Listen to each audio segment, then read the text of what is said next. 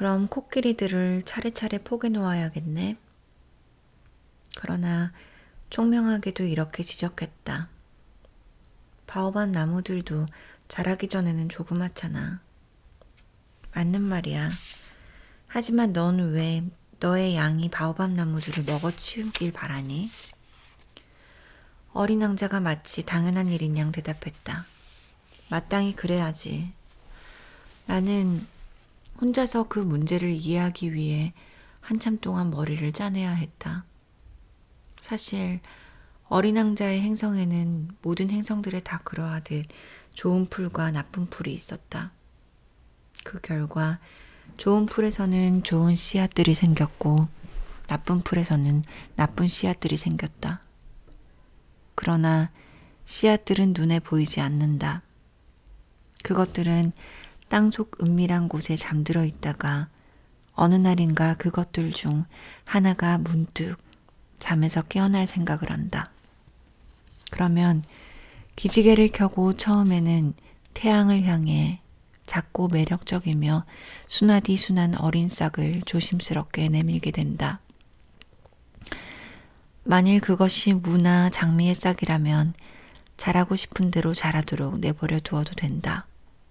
그러나 만일 그것이 나쁜 식물의 싹이라면 알아차리는 즉시 뽑아버려야 한다. 그런데 어린 왕자의 행성에도 아주 끔찍한 씨앗들이 있었다. 그것은 바오밥 나무의 씨앗들이었다. 행성의 토양에 그 씨앗들이 들끓고 있었던 것이다. 그런데 바오밥 나무는 조금이라도 늦게 손을 대면 아무리 애를 써도 없애버릴 수가 없게 된다. 금세 행성 전체를 뒤덮어버리기 때문이다. 만일 너무나 작은 행성에 바오밥 나무만 번성해진다면 행성은 바오밥 나무로 인해 산산조각이 날 것이다. 나중에 어린 왕자가 내게 이렇게 말했다. 그건 규율의 문제야. 아침에 일어나서 세수를 한 뒤 정성 들여 별을 가꾸어야 해. 아주 어릴 때에는 바오밥 나무와 장미가 무척 많이 닮아서 함부로 뽑을 수가 없어. 하지만 정기적으로 살펴보아 둘이 구분되는 즉시 바오밥 나무들을 뽑아버려야 해. 그건 매우 지겨운 일이기는 하지만 힘든 일은 아니야.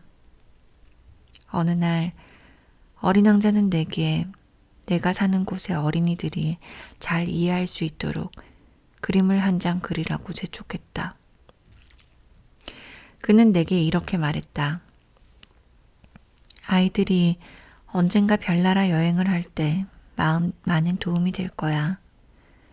그리고 나중으로 미루어도 괜찮은 일이 있지. 하지만 바오밥 나무에 대해 그랬다가는 엄청난 재난을 당하게 될 거야.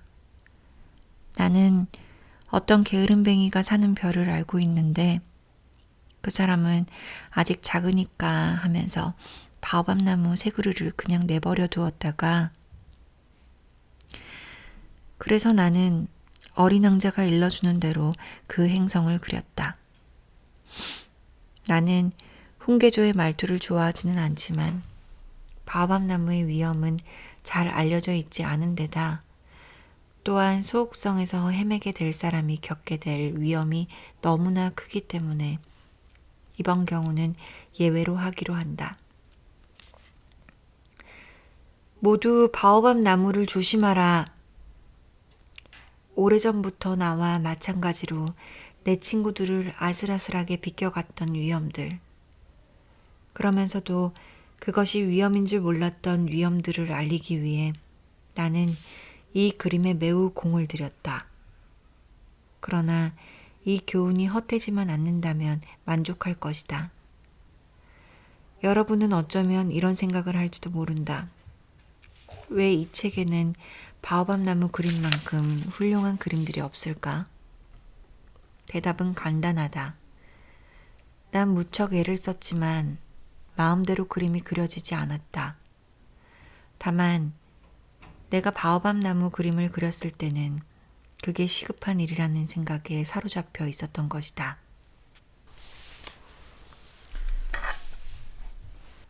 자, 어린 왕자여. 나는 이렇게 해서 너의 짧고 우울한 생을 조금씩 이해하게 되었다. 오랫동안 너에게 벗이라고는 다정스런 석양밖에 없었지. 어린 왕자를 만난 지 나흘째 되던 날 아침, 비로소 너의 이러한 말에 그 사실을 알게 되었다. 나는 석양이 좋아. 석양을 보러 가자. 하지만 기다려야 하잖아. 기다리다니? 무엇을? 뭐긴 해가 지는 것을 기다려야지. 넌 처음에는 무척 놀란 기색이더니 곧 스스로를 비웃었지. 그리고 내게 말했어. 난 내가 집에 있는 줄 알았어. 사실 그래. 누구나 아는 일이지만 미국이 낮 12시일 때 프랑스에는 해가 져. 단숨에 프랑스로 갈 수만 있다면 석양을 볼 수 있겠지. 하지만 불행히도 프랑스는 너무 멀리 있단다. 내 작은 행성에서는 그저 의자를 몇 걸음 당기기만 하면 되는데, 그래서 너는 원할 때마다 그렇게 석양을 보곤 했지. 어느 날은 해가 지는 것을 44번이나 보았어. 그리고 잠시 후 넌 덧붙였지. 아저씨도 몹시 슬퍼지면 석양을 사랑하게 될 거야. 그럼 44번이나 석양을 본 날 넌 무척이나 슬펐구나. 그러나 어린 왕자는 아무런 대답을 하지 않았다. 다섯째 날 나는 양 덕분에 어린 왕자의 비밀을 알게 되었다. 어린 왕자는 마치 오랫동안 깊이 생각해온 문제의 결실인 양 밑도 끝도 없이 갑작스럽게 물었다. 양은 작은 나무들을 먹으니까 꽃들도 먹겠지? 양은 닥치는 대로 다 먹는단다. 가시가 있는 꽃까지도? 그래, 가시가 있는 꽃까지도. 그럼 가시가 무슨 소용이 있어? 그건 나도 알지 못했다. 그때 나는 엔진에 너무 꽉 조여진 나사를 푸느라 정신이 없었다. 고장이 무척이나 심각한 것으로 보이기 시작한 터여서 매우 걱정스러웠을 뿐만 아니라 마실 물도 점점 줄어 최악의 상황이 벌어지지 않을까 두려웠다. 가시가 무슨 소용이 있느냐고? 어린 왕자는 한번 질문을 던지면 절대로 포기하는 법이 없었다. 나는 나사 때문에 화가 나서 아무렇게나 대답했다. 가시 따위는 아무짝에도 쓸모없어. 순전히 꽃들의 심술일 뿐이야. 오. 그러나 잠시 침묵하던 어린 왕자는 복수라도 하는 양 툭 내뱉었다. 난 그 말 안 믿어. 꽃들은 여리고 순진하단 말이야. 그래서 두려움을 떨치려고 하는 거야. 가시가 있으면 자신들이 무시무시해 보일 거라고 생각하는 거라고. 나는 아무 대답도 하지 않았다. 다만 이 나사가 꼼짝도 하지 않으면 망치로 쳐서 뽑아버려야지 하는 생각을 하고 있었다. 어린 왕자는 또다시 내 생각을 방해했다. 아저씨는 그렇게 생각해? 꽃들이... 아니야. 난 아무 생각 없이 아무렇게나 대답한 거야. 나는 지금 중요한 일을 하고 있거든. 어린 왕자는 아연실색해서 나를 바라보았다. 중요한 일이라고? 어린 왕자는 기름때로 온통 새까맣게 된 손가락으로 망치를 든 채 자기가 보기엔 지저분하기 짝이 없는 물건에 몸을 기울이고 있는 내 모습을 바라보았다. 아저씨도 다른 어른들처럼 말하는구나. 그 말을 듣자 나는 약간 부끄러웠다. 그러나 잔인하게도 어린 왕자는 덧붙였다. 아저씨는 모든 것을 혼동하고 있어. 세상을 온통 뒤죽박죽으로 만든다고. 어린 왕자는 정말로 화가 나 있었다. 눈부신 금발이 바람결에 휘날리고 있었다. 나는 얼굴이 시뻘건 사람이 사는 행성을 알고 있어. 그는 한 번도 꽃향기를 맡거나 별을 바라본 적이 없어. 물론 누구를 사랑한 적도 없지. 그가 하는 일이라고는 오로지 덧셈뿐이야. 그는 아저씨와 같은 말만 되풀이하고 있지. 나는 중요한 일을 하고 있다. 나는 중요한 일을 하는 사람이다. 하면서 우쭐해했지. 하지만 그는 더 이상 사람이 아니라 버섯이었어. 뭐라고? 버섯이라고. 어린 왕자는 이제 얼굴이 창백해질 정도로 화를 내고 있었다. 수백만 년 전부터 꽃들은 가시를 만들고 왔어. 그런데도 수백만 년 전부터 양들은 꽃들을 먹어치우고 있지. 그렇다면 아무짝에도 쓸모없는 가시들을 만들어내느라 왜 꽃들이 그토록 고생을 하는지, 그것을 이해하려 하는 것이 왜 중요하지가 않지? 양들과 꽃들의 전쟁이 중요치 않냔 말이야. 그게 시뻘겋고 뚱뚱한 사람이 덧셈하는 것보다 중요하지 않다고? 만일 이 세상 어디에도 존재하지 않고 내 별에만 존재하는 단 하나의 꽃을 어느 날 양이 단번에 먹어치울 수도 있다는 것을 내가 알고 있다면 그게 중요한 일이 아니란 말이야? 어린 왕자는 얼굴을 붉히며 말을 이었다. 만일 누군가가 수백 수천만 개의 별들 중에서 오직 하나의 별에만 존재하는 꽃을 사랑한다면 그 별들을 바라보는 것만으로도 그는 행복할 거야. 아마 그는 내 꽃이 저기 어딘가에 있다 라고 생각하겠지. 그런데 양이 그 꽃을 먹어버린다면 그 사람에게는 모든 별들이 갑자기 빛을 잃는 것 같을 거야. 그런데 그게 중요한 일이 아니란 말이지. 어린 왕자는 더 이상 말을 잇지 못하고 벼랑간 흐느껴 울기 시작했다. 이미 어둠이 깔린 후였고 나는 손에 들고 있던 연장들을 떨어뜨렸다.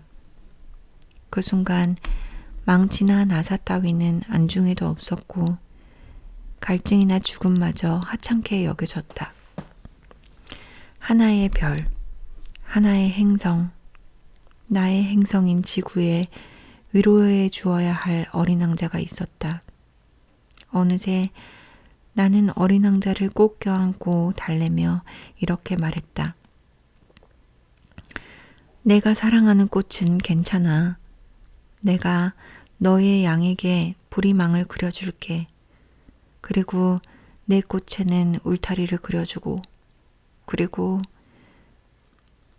나는 더 이상 무슨 말로 위로해야 할지 몰랐다. 내 자신이 무척 서툴다는 느낌이 들었다. 어떻게 해야 어린 왕자의 슬픔을 달랠 수 있는지, 어떻게 해야 그의 마음과 내 마음이 서로 통할 수 있는지 나는 몰랐다. 참으로 눈물의 나라는 신비롭기만 했다.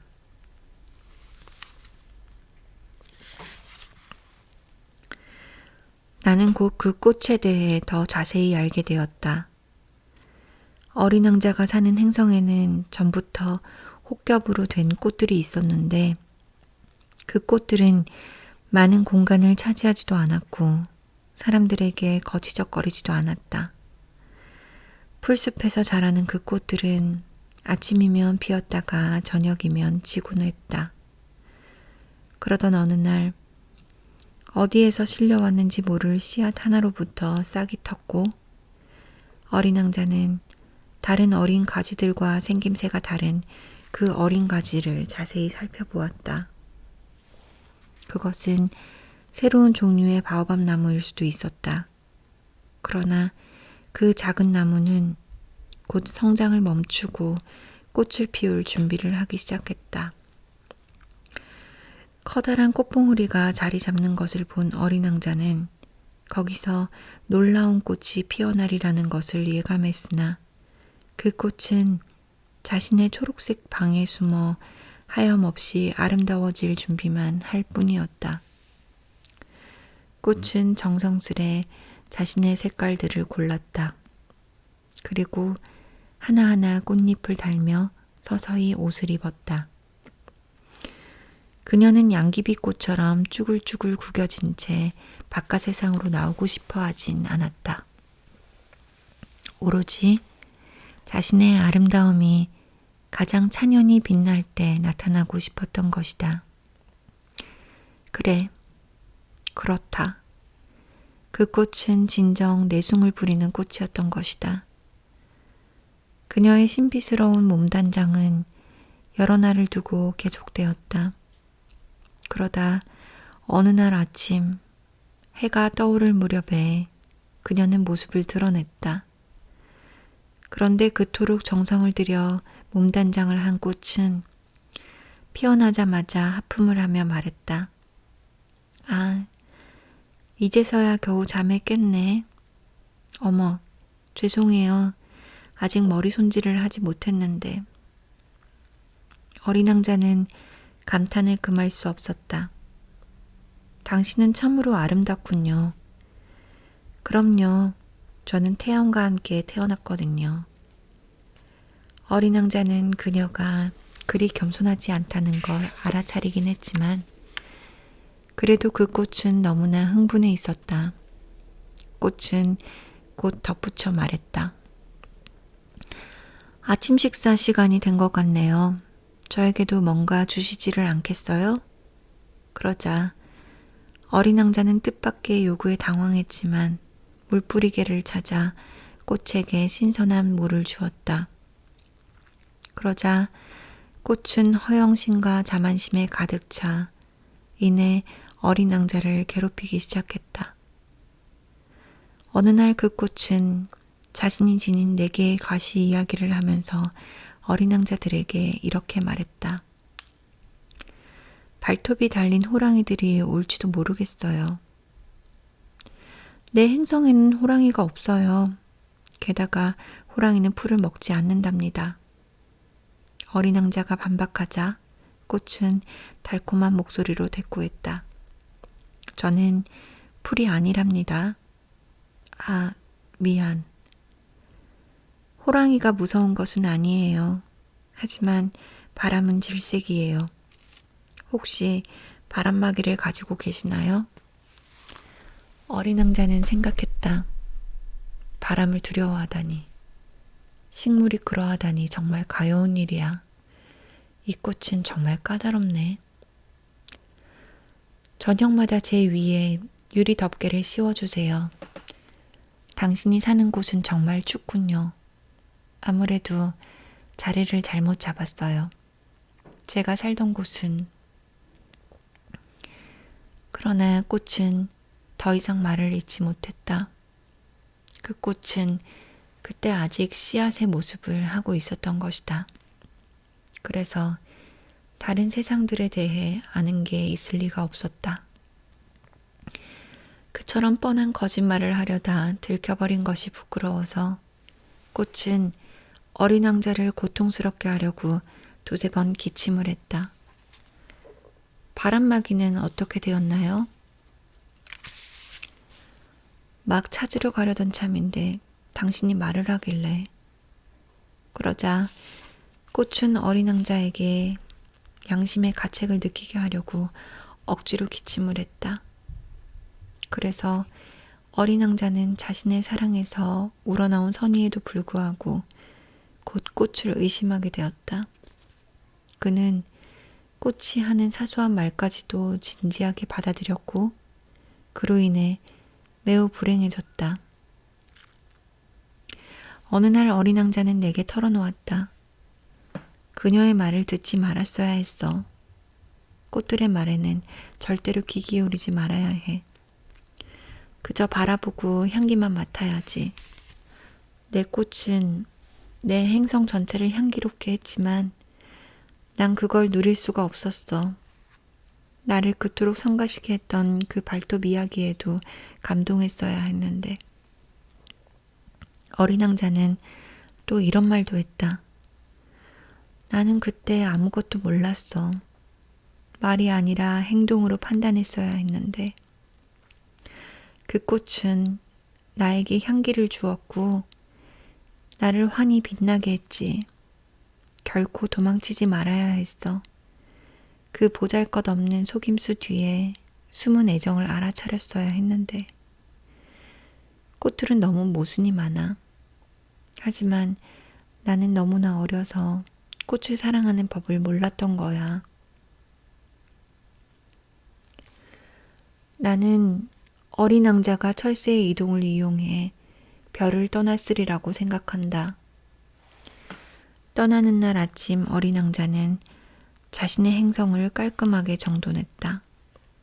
그는 정성껏 자신이 가진 화라산들의 분화구 청소도 했다. 어린 왕자에게는 2개의 화라산이 있었는데 아침 식사를 데우기에는 안성맞춤이었다. 그는 사화산도 하나 가지고 있었다. 그건 역시 폭발하지 않으리라는 법은 없었으므로 정성을 다해 청소했다. 화산들은 청소만 잘해주면 부드럽게 그리고 규칙적으로 연기를 토해낼 뿐 폭발하지 않는 법이다. 화산의 분출은 마치 굴뚝으로 솟아오르는 불길과도 같다. 분명한 것은 우리가 너무 작아 이 땅의 화산들을 청소해 줄 수 없다는 것이다. 그런 까닭에 화산들은 우리에게 그토록 많은 불안을 안겨주는 것이다. 어린 왕자는 약간은 울적해하며 가장 최근에 돋아난 바오밥 나무의 싹들을 뽑아냈다. 이제 2번 다시 돌아오지 않을 작정이었던 것이다. 그러나 그날 아침에 그 일상적인 일들은 유난히 정겹게 느껴졌다. 그래서 마지막으로 꽃에게 물을 주고 유리 덮개로 덮어 잘 감싸주는 일을 하면서 그만 눈물을 터뜨릴 뻔했다.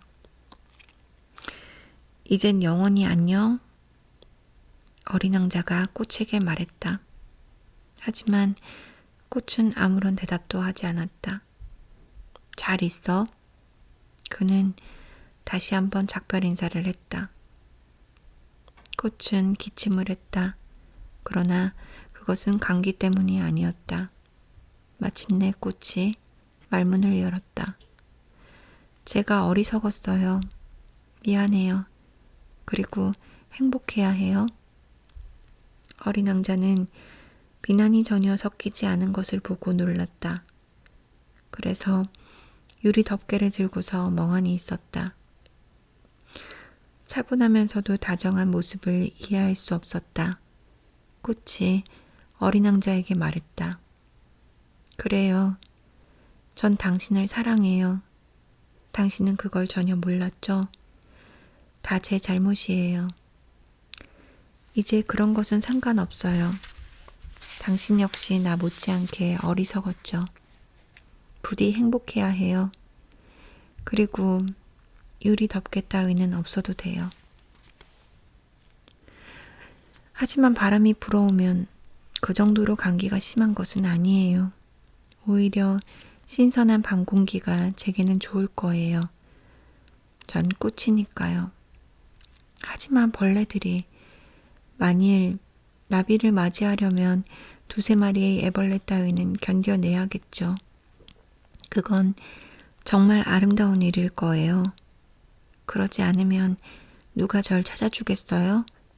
당신도 멀리 가버릴 텐데. 커다란 짐승들이 와도 저는 두렵지 않아요. 저에게도 가시가 있으니까요.